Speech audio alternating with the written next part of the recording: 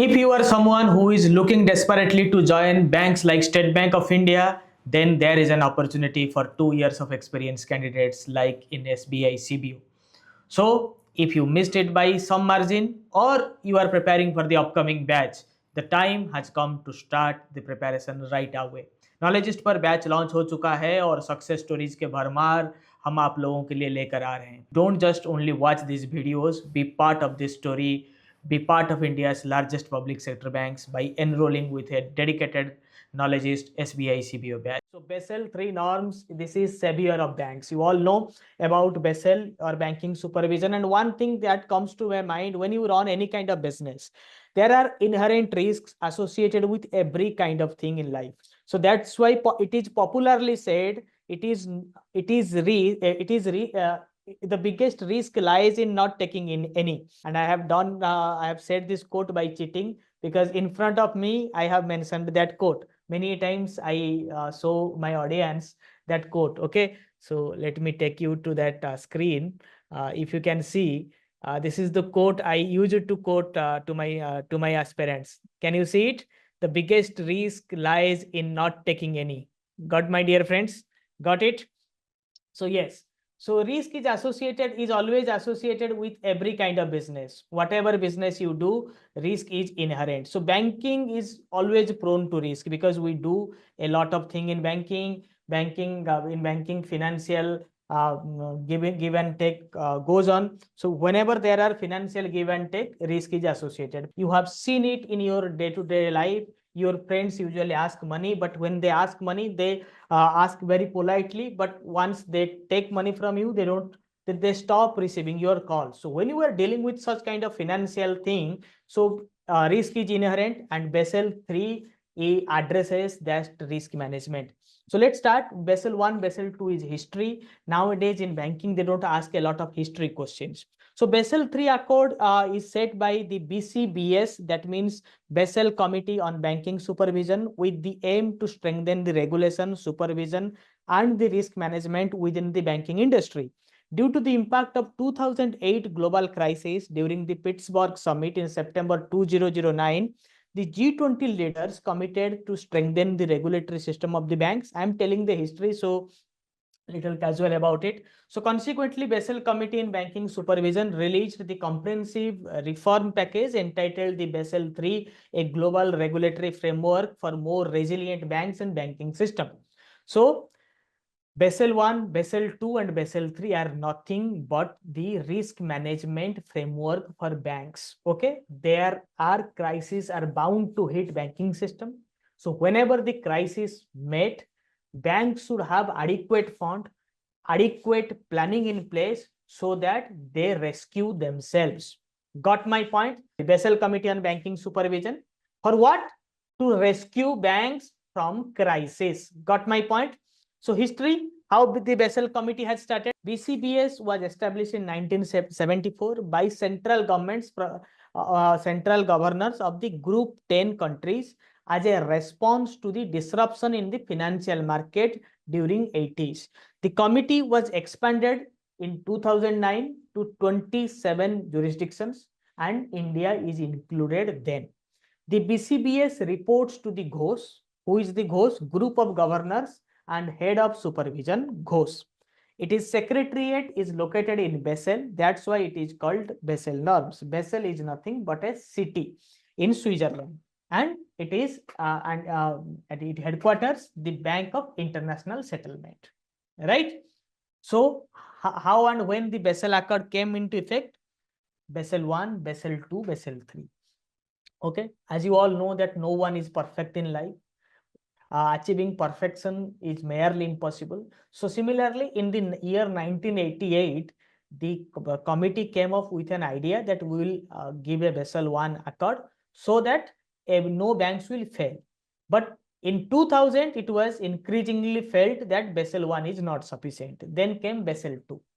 In 2010, after the recession in 2008 and 2009, it was increasingly felt that Basel II is also not sufficient. Then came the Basel III. Now there is the Basel III norm. But remember, even Basel III is not complete in itself. And it was realized by 2013. Then some enhanced Basel norms came into effect, like your LCR, NSFR, that means the additional liquidity measures. Still, we saw the Silicon Valley Bank crisis in USA. Other banks failed. In Switzerland, your UBS failed. Okay, UBS and Credit Suisse crisis, you all know, because of, you can say the recent crisis is more about asset liability mismatch. Are you getting me, everybody? So what are the three pillars of Basel III? Yes. First is minimum capital requirement. Second is supervisory review process. Third is market discipline. Okay. So you all know that one thing that can save you is money, right? That's why we go for saving. That's why we have PPF account. That's why we have NPS account. That's why many bankers are fighting for old pension scheme. Many are happy with the new pension scheme. Okay, so people want to save for the future, whatever the crisis may be, medical accident, your children is not looking after you, but if you have money, all the problem is solved. Same is with the bank. If you have minimum capital requirement, even if there are NPAs, there are loss, there are crises, you can manage, you can float if you have minimum capital reserve with you all the time.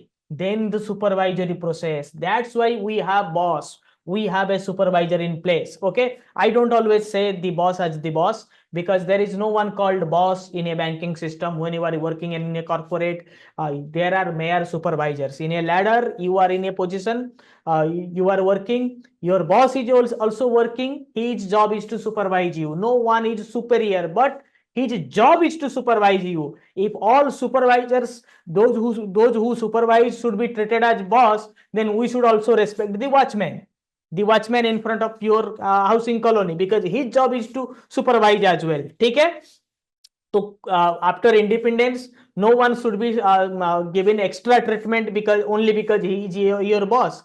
He is a mere supervisor, right? Then comes the market discipline. When you have a company, you have a supervisory process, you are supervising everything, you are making profit, then you should report it diligently so that the shareholder gets benefited out of it. Because by running a bank, you are not only serving your depositors, your lenders, your borrowers, you are also serving to the general people who are holding and buying shares of your bank. Those who are buying shares of your bank could be general public with a low income. So if you show something bad, you show something or you hide something in your balance sheet, etc., that could impact their trust and their money could get eroded. That's why after the Adani fiasco, SEBI took a note, Supreme Court took a note. It is not about the Adani's money. It is all about the public who have invested in Adani, right? So these are the three pillars on which the Basel III stands. So if you have all three in place, that means we all know about the banking system. They have minimum capital requirement, they disclose it. Okay. When they hit the crisis, when there is low deposit growth, nowadays there is a deposit crunch. Still banks are surviving because they have adequate capital. The requirement of capital in India is 11.5%, but they have a lot of it, right? They have a lot of it. Many banks are having capital adequacy of 19%, 20%. Supervisory review process, there is mechanism, RBI is regulating it, there are internal audit, there are disclosures, so it's okay. And they are doing regulatory filing and share market filing. They file to BSE, NSE, whenever there are rumors, everything, they file it diligently. So as a public, we know everything. And that's why our markets are in place. These are the three pillars: minimum capital requirement, supervisory review process, market discipline. So what is capital requirement? Or we say it as a capital adequacy ratio. Capital is divided into two parts: tier 1, tier 2 capital of the bank, divided by risk weighted asset ratio. Basel is nothing but the game of tier 1, tier 2 capital by RWA.